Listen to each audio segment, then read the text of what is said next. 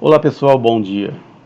Estou aqui novamente para gravarmos mais um vídeo dessa unidade 1, sobre conceitos, sobre concepções importantes para pensar a história contemporânea. E eu imagino que este seja o nosso último vídeo, haja vista que nós não precisaremos, né, ou não deveremos avançar além disso, pensando então para as próximas interações que fizermos em analisar questões mais pontuais e factuais, né? Nós temos nesta unidade a proposta de trabalhar conceitos como, por exemplo, modernidade, totalitarismo, e aí em relação ao totalitarismo, aqueles conceitos que lhe são subjacentes, como o socialismo e o nazifascismo. E é exatamente sobre esses últimos pontos que nós iremos abordar hoje. De que forma que as experiências socialistas e nazifascistas se encontram, né? Qual o ponto comum que tem? E eu já adianto que esse ponto comum é o fato de serem, pelo menos do ponto de vista da concretude dessas experiências históricas, ou seja, a forma como elas se organizaram historicamente mesmo, elas se encontram como ponto em comum na experiência do totalitarismo. Isso significa que tanto o socialismo soviético quanto qualquer outro tipo de implementação do socialismo ou do comunismo, seja na China, seja posteriormente na Coreia, seja no Vietnã do Norte, quem sabe até mesmo a gente possa falar, né, de Cuba a partir de 63, 64, nós estamos falando de experiências que tiveram elementos totalitários. Não todos da mesma forma, né, há uma certa gradação entre essas experiências totalitárias, mas todos eles, de certa forma, com algum grau de totalitarismo, né? Enquanto que o nazifascismo, da mesma forma, não apenas as experiências principais originais do nazifascismo, na Itália com o surgimento do fascismo já em 1921 e com a ascensão da sua variante alemã, o nazismo, a partir de 33 na Alemanha, e posteriormente também, né, quando há uma difusão dessas experiências nazifascistas em outros lugares. Até que, com o final da Segunda Guerra Mundial, essas experiências elas dão uma certa retroagida, mas não significando que elas tenham desaparecido. Até porque nas revoluções, ou melhor, nas revoltas e nas tomadas de poder via golpe, por exemplo, em outras regiões do planeta posteriormente, década de 60, década de 70, muitas das características da experiência nazifascista vão ressurgir. Tanto, eu poderia citar aqui como exemplos, né, no Brasil, da ditadura militar, com lemas, com bandeiras de ordem, né, palavras de ordem, melhor dizendo, com bandeiras políticas que eram muito semelhantes ao nazismo, mas principalmente, talvez aqui a principal experiência de reintrodução de elementos nazistas tenha sido a do Chile, né? Mas enfim, eu gostaria de começar pensando um pouquinho com vocês, sem uma abordagem mais técnica e teórica dos livros, né, e das autoras que nós estamos trazendo para esse debate, que é a Marilena Chaui e a Hannah Arendt. Eu gostaria de pensar algumas coisinhas com vocês antes de a gente fazer observações mais pontuais. Tem havido nos últimos tempos uma ideia segundo a qual nazismo e socialismo são a mesma experiência. Há inclusive aqueles que preferem, até porque houve uma demonização de qualquer ideia que seja considerada de centro-esquerda ou de esquerda, de considerar então que qualquer tipo de experiência que tenha sido negativa do ponto de vista social, cultural, político ou econômico ou essas experiências são necessariamente de esquerda. Portanto, o nazismo teria sido comunista, né? Bom, de fato existem vários elementos que aproximam essas experiências. Como eu falei, a ideia totalitária ou totalitarista é a ideia segundo a qual todos eles, tanto o socialismo de um lado quanto o nazismo do outro, tiveram gradações totalitárias ou ditatoriais. Ok? Mas e o demais, ou melhor, e as demais questões que poderíamos chamar a atenção aqui? Vamos pensar aqui pelo menos em 3 pontos. Em primeiro lugar, a ideia de nacional. E aí nós já trazemos aqui para o auxílio do nosso debate a ideia nacionalista. Tá?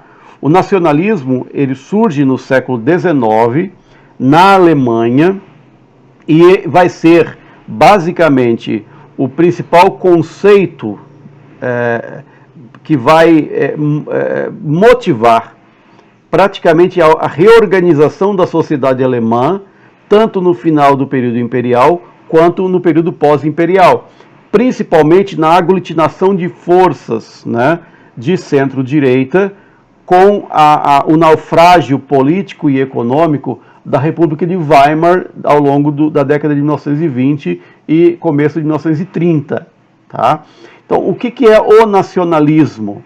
O nacionalismo é aquele que projeta na ideia de nação todos os valores e virtudes de um povo, pensando a nação como conjunto de cidadãos e indivíduos que tenham heranças comuns. Essas heranças são culturais, elas são religiosas e são principalmente, no caso da Alemanha nazista, são heranças étnicas. Tá? É nesse sentido, por exemplo, que Hitler vai escrever lá na década de 20, ainda bem antes dele sonhar em algum dia chegar ao poder, ele vai dizer o seguinte: olha, para ser parte da nação alemã, tem que ser alemão. Para ser alemão, tem que ter sangue germânico. Portanto, qualquer um que não tenha sangue germânico não pode fazer parte da nação alemã. Ele estava aqui já, de certa forma, apontando elementos que seriam colocados em prática posteriormente durante a experiência nazista, de exclusão. E exclusão no sentido não apenas de apartar socialmente, mas exclusão no sentido de uma política de extermínio, como aquela que vai começar em 1942. Tá? Então a ideia do nacional como fundamental para a construção de uma nação e pensar, inclusive, o indivíduo como alguém que deveria se submeter a essa autoridade maior da nação, era o centro da ideia nazista, né, de Estado, de nação, de povo. Já a experiência comunista, por exemplo, ela era, em sua gênese, universalista. Né? Tudo que Marx e Engels escreveram a respeito do comunismo e do socialismo era universalista. Nós não podemos esquecer que no Manifesto do Partido Comunista, Marx está falando de um fantasma, né, que assusta várias nações, e não só uma. E ele faz o fechamento do mesmo manifesto dizendo o seguinte: proletários do mundo, univos. Não é proletário de um país, de uma nação específica, é do mundo. Por quê? Porque a ideia que Marx tinha era de que o capitalismo era uma experiência universal. Somente uma revolução universal poderia acabar com o capitalismo, certo? Então aqui tem um elemento primeiro para que a gente possa pensar as diferenças entre socialismo, comunismo e nazifascismo. O segundo elemento, e que tem a ver também com o primeiro, era a ideia que se tinha de território. Se a nação ela tem a ver com um conteúdo geográfico, político, também tinha a ver com território. Quando Hitler, por exemplo, pensou numa nação, ele não pensou numa nação nas fronteiras territoriais que a Alemanha tinha. Ele pensava em termos de um território que pudesse atender aos interesses da nação alemã, tá? Da nação germânica, do grande povo germânico. E aí então que ele usou uma expressão que já era recorrente na literatura alemã, que era Lebensraum, ou seja, espaço vital. Qual o espaço vital que a nação alemã tem que ter para que seja forte, poderosa, altiva? Nesse sentido, ele passa a imaginar um processo de desconstrução territorial da Alemanha que tinha acontecido antes e que deveria ser revertido em nome do restabelecimento desse espaço vital. É nesse sentido, por exemplo, que as campanhas de anexação territorial, e aí a gente pensa entre 38 e 40, por exemplo, uma série de países que vão ser anexados, essas campanhas elas vão acontecer exatamente porque se pensavam esses territórios como territórios que em algum momento haviam sido germânicos e que teria havido uma desgermanização desses territórios com a chegada de culturas subalternas que deveriam ser submetidas ou até destruídas para que a grande Alemanha crescesse, né? É claro que outros conflitos que o Hitler se envolveu, por exemplo, com a Rússia, ou ao norte com Noruega, anexando Noruega, etc., ou mesmo com a Inglaterra, esses conflitos não necessariamente aconteceram porque ele pretendia anexar esses territórios. Mas aí entra uma outra questão importante também subjacente ao Lebensraum, a ideia de que o espaço vital ele deveria ser protegido dos elementos externos.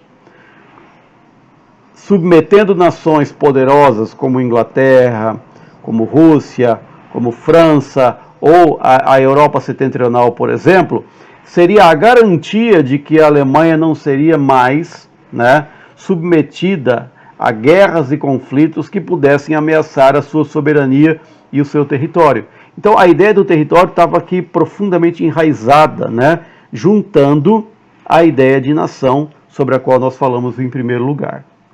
No caso socialista e comunista, a ideia de território é também uma ideia de território universal. Tá? Todo o plano de expansão soviético pós-1923 se deu nessa proposta de universalização da Revolução Comunista, da Revolução Proletária, e era necessário então fazer, mesmo que fosse à força, essa revolução. E aí é interessante porque a ideia da Revolução Comunista era uma revolução de base, mas no caso da expansão soviética era uma expansão via Estado. Era o Estado soviético se expandindo e submetendo nações e colocando sob guarda-chuva. Mas não deixava de ser também parte da proposta universal que os soviéticos tinham. O terceiro ponto que a gente precisa pensar, que é uma diferença fundamental entre eles, era a relação entre o nazismo e o socialismo com a economia. Tá? Enquanto que no socialismo ou no comunismo, né, e aí a gente vai ver essas experiências se replicando ao longo das décadas, claro que vamos excluir a China aqui, principalmente final dos anos 70 em diante, porque é outro debate, mas a experiência com a economia partia de dois pressupostos no socialismo. O primeiro pressuposto era de que os interesses do Estado, veja, Estado aqui não pensado na perspectiva liberal, né, de um agente das classes dominantes para dominar o restante. Estado aqui pensado como uma instituição representativa do conjunto da nação. Haja vista que a revolução é proletária, portanto o Estado deveria ser a representação da vontade dos proletários. Enfim, não estou argumentando aqui se isso aconteceu de fato ou não. Estou pensando do ponto de vista teórico, né? Esse Estado, ele organizaria a economia de acordo com a necessidade da população, tá? Então, nesse sentido, a definição de critérios para a criação de fábricas, para o estabelecimento de tipos de pesquisa. Para vocês terem uma ideia, gente, na década de 30, houve um ideólogo comunista que argumentou com Stalin que qualquer tipo de pesquisa, por exemplo, botânica ou vegetal, ia de encontro aos pressupostos socialistas. E então se abandonou isso. Qualquer tipo de pesquisa, por exemplo, que melhorasse a produção agrícola da União Soviética foi abandonada. E isso resultou, por exemplo, a partir da década de 60, né, em períodos enormes de fome e de déficits que a União Soviética enfrentou por ter que importar comida de outros lugares. Tudo por quê? Porque até mesmo a pesquisa científica estava sujeita aos interesses do que seriam os interesses socialistas, né?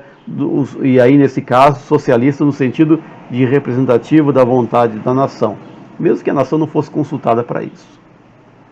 Enquanto que, na experiência nazista, a economia também era planejada pelo Estado, a economia também era pensada em termos estratégicos, em termos de necessidades que o Estado tinha, por exemplo, para fomentar esta ou aquela experiência econômica, porém era deixado a cargo dos indivíduos, das pessoas, dos empresários, tá?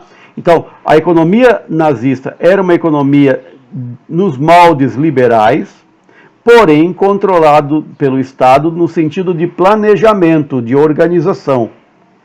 Na experiência comunista, todos os meios de produção eram do Estado, assim como também o planejamento sobre o que seria feito. Não havia, apesar que a gente sabe que sim, havia várias experiências burguesas na Rússia soviética, porém, do ponto de vista formal, pelo menos, isso não existia. Já na Alemanha nazista, a experiência do desenvolvimento do empreendedorismo liberal era comum, né? Bom, isso leva ao segundo pressuposto dentro do mesmo aspecto da relação do Estado com a economia, que era a questão da mais-valia. Na experiência soviética, a mais-valia, ou seja, a diferença de valor entre o custo total de produção, incluindo aqui o valor da depreciação dos meios de produção, de valor de matéria-prima, da mão de obra de operários, etc., e o valor de venda, essa diferença, lá na Rússia soviética, ela não existia. Porque se entendia que esse era um atributo capitalista que deveria ser evitado. É óbvio que havia meios de lucro na União Soviética, mas isso era reservado para as classes dirigentes, né? Óbvio que havia também um grande mercado negro, quando a gente lê a literatura soviética da década de 30 e 40, por exemplo, a gente vê uma expansão do mercado negro enorme, até a década de 60 na União Soviética, né? Mas pelo menos formalmente isso não existia. Já na experiência nazista, essa diferença entre, primeiro que não se usava o termo marxista de mais-valia, mas sim o termo liberal, que é o lucro, né? Essa diferença entre o custo da produção, do valor da mão de obra, do valor da matéria-prima e o valor de venda, isso era um valor que era embolsado pelo empreendedor. Portanto, havia lucro. Não era perigoso nem pecado, digamos assim. Pecado não no sentido religioso, obviamente, você ter lucro na experiência nazista, tá? Então, é claro que a gente poderia elencar aqui um monte de outros aspectos, né? Mas eu acho que esse seria o fundamental.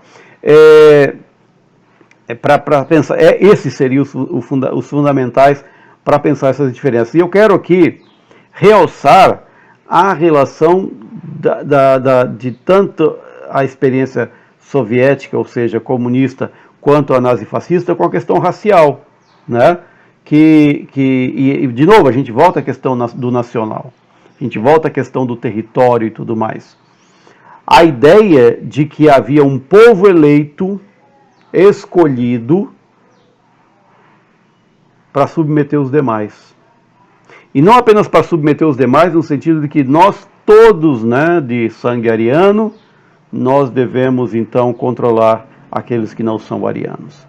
A experiência nazista, por exemplo, mostra que houve um número enorme de pessoas que eram alemães de sangue, no sentido de serem considerados germânicos, né, germânicos antigos, de sangue antigo, que foram atropelados pelo processo da expansão do nazismo, principalmente por serem pessoas portadoras de algum tipo de problema de saúde, físico, problema de saúde psíquico ou mental, né? Essas pessoas eram consideradas degeneração da raça, portanto não poderiam procriar porque não contribuiriam para uma Alemanha sadia e forte, altiva. Eles foram destruídos. Há registros que falam entre 500 mil e 1 milhão de pessoas alemãs. Veja, não estamos falando de judeus, nem de ciganos, nem de poloneses, que também foi um povo profundamente afetado pelas políticas raciais alemãs, nem russos, enfim, nenhum outro povo que não fosse germânico. Estamos falando aqui de pessoas de sangue alemão, germânicas, que pelo fato de terem características físicas ou psíquicas que não contribuiriam para a purificação da raça, foram descartados. Descartados mesmo, foram mortos, foram destruídos. Já em relação, por exemplo, à questão socialista, não havia, pelo menos de maneira tão enfática, a questão racial. Havia, de fato, entre os russos, os chamados russos brancos, uma certa soberba e desprezo por povos considerados inferiores. Mas dentro do processo da Revolução Socialista, eles eram tratados mais ou menos da mesma forma. Haja vista que a gente não pode esquecer que, embora Lenin tenha sido, né, um russo, ou seja, tenha tido origem étnica na Rússia, os demais líderes, a maioria deles, não eram russos de nascimento. Eram ucranianos, o caso, por exemplo, do próprio Stalin, eram húngaros, se eu não me engano, pelo menos o Leonid Brezhnev também era ucraniano, assim como o Stalin, enfim. Outras pessoas de outros povos, mesmo que desprezados inicialmente pelos russos brancos, eles eram, de certa forma, envolvidos nesse processo da construção desse mundo universal, pan-comunista, pan-socialista, né, que se tornou a experiência soviética. Então aqui estão alguns exemplos de diferenças entre um e outro, e aí agora, a partir disso, o próximo vídeo que eu irei gravar em seguida, nós iremos tratar especificamente de alguns pontos da experiência totalitária que tanto a União Soviética quanto a Alemanha nazista vivenciaram. Até já!